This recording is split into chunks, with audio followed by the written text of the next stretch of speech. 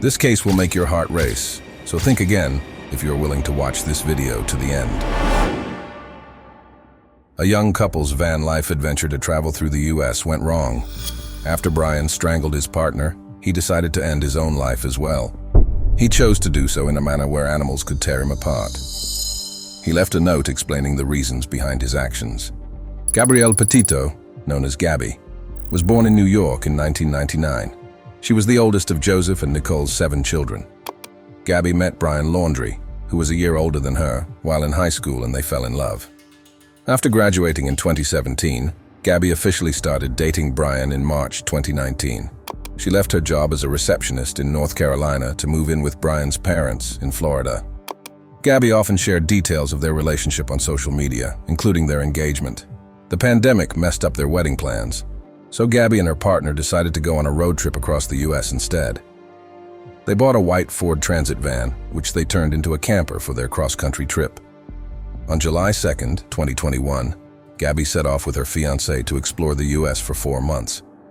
They planned to document their journey on Gabby's YouTube channel and Instagram. Her parents agreed, only asking her to keep them updated. However, after a text from Gabby in August, they heard nothing more. They grew worried when she stopped responding, and her social media went silent. On August 12th, someone called 911 because they saw a couple fighting outside a grocery store. The person said it was more than just a normal argument.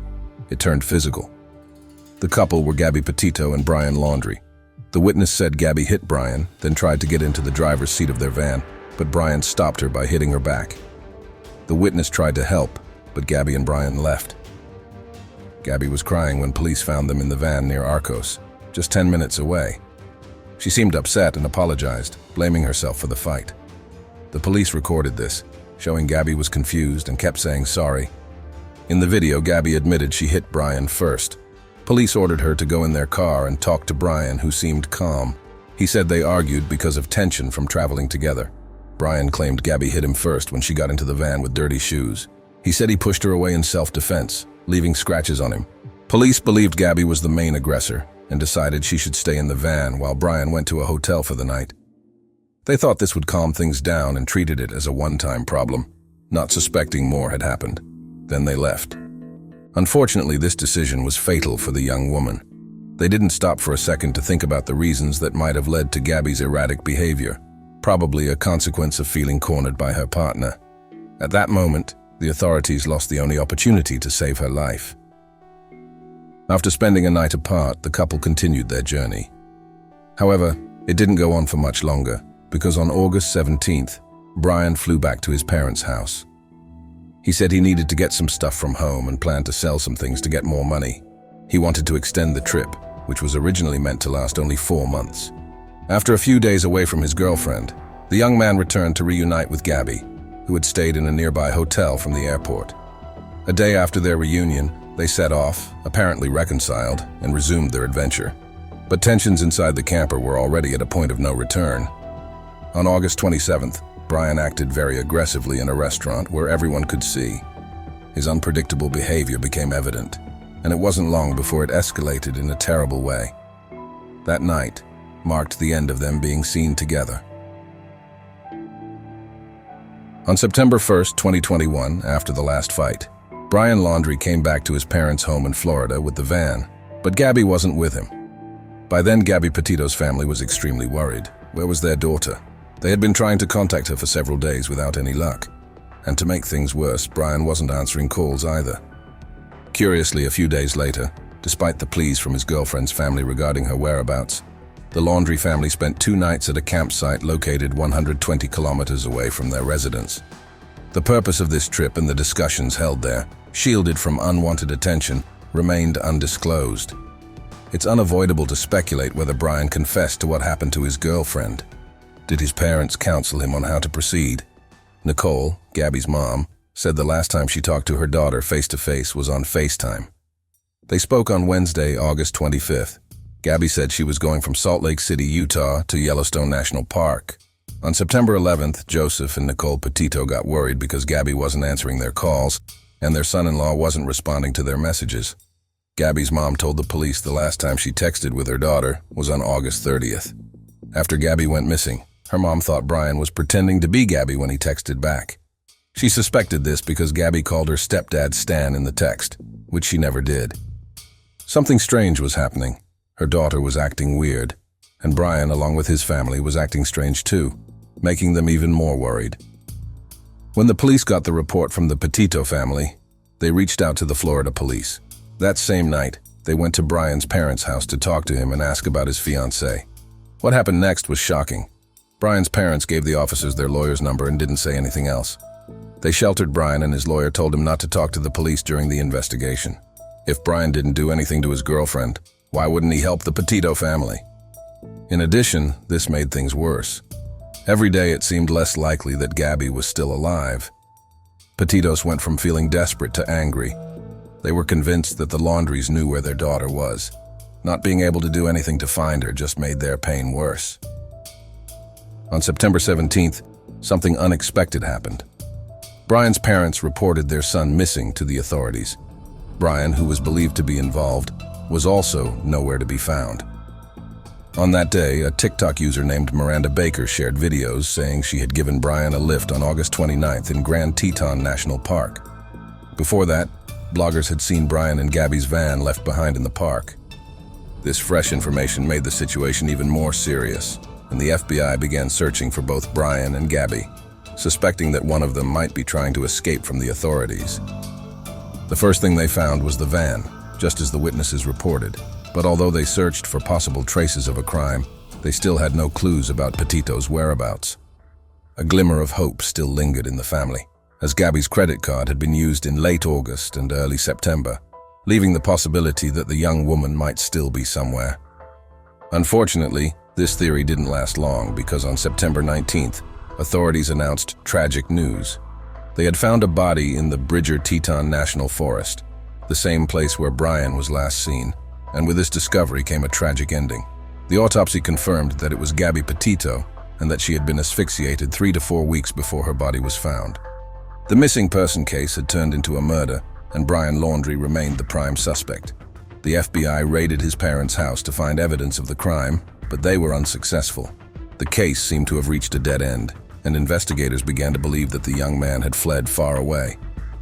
With only a little hope left in the family, Gabby's funeral happened on September 22nd, surprising all Americans who were closely following the investigation. They wanted the person who killed Gabby to be caught and put in jail. As if the case wasn't already terrible enough, there was even more sadness to come. Detectives found the path Brian used to walk in a park called Mayakahatchee Creek. The park had been flooded until a few days ago. When the water went away, they found green shorts, shoes, a silver metal ring, a backpack, a hat, and a Windicator revolver. All of these things belonged to the young person who ran away. Just a few meters ahead, they found what they had already imagined: human remains scattered throughout the area. From the dental records of the body, as it was completely unrecognizable, the FBI confirmed that the bones belonged to the missing young man, and that after his death, he had been torn apart by the wild animals of the place. Brian had made the decision to take his own life with a gunshot to the head, and this was confirmed by a notebook found near his body. In 8 handwritten pages, Brian penned his farewell and admitted to the crime, expressing regret and apologizing to the Petito family. He claimed he acted out of mercy for his girlfriend. According to his confession, Gabby ran toward the car, attempting to cross an overflowing stream. Brian heard a noise, then a scream as something fell into the water.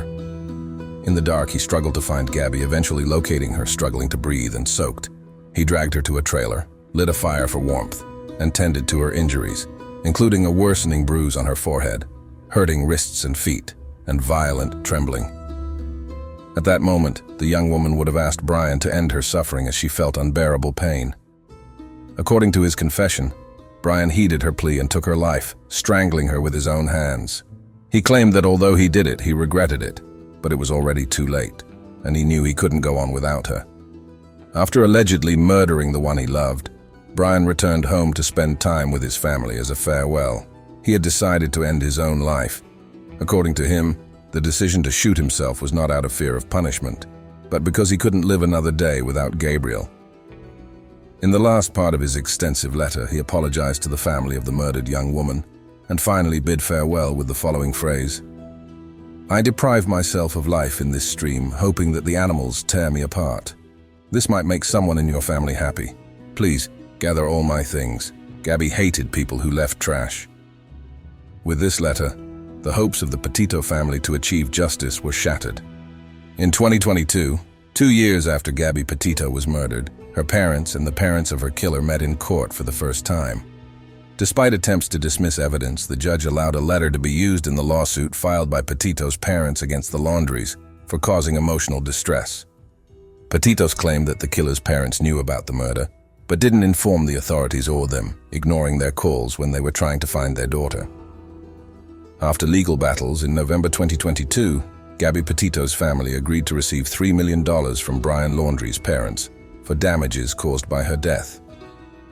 They announced that they would use the money for their foundation dedicated to finding missing persons and helping domestic violence victims in honor of their daughter.